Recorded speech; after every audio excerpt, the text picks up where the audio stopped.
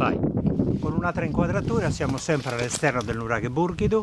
Vedete il mastio centrale alto e la parte a destra più bassa è la parete che avvolge il nuraghe e che comprende le torri d'angolo. Vedetene una lì a destra, in basso si vede il suo ingresso, che purtroppo ha una tolos integra, ma il pavimento è ingombro di spazzatura di ogni genere, che vorrebbe effettivamente messo in evidenza perché le autorità locali dovrebbero intervenire.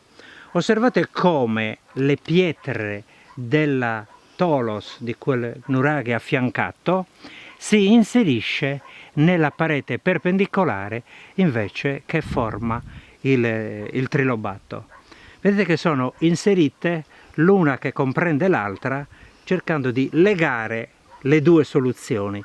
Quindi non ha un concavo convesso, ma è un concavo che si inserisce in una parete perpendicolare, una parete rettilinea.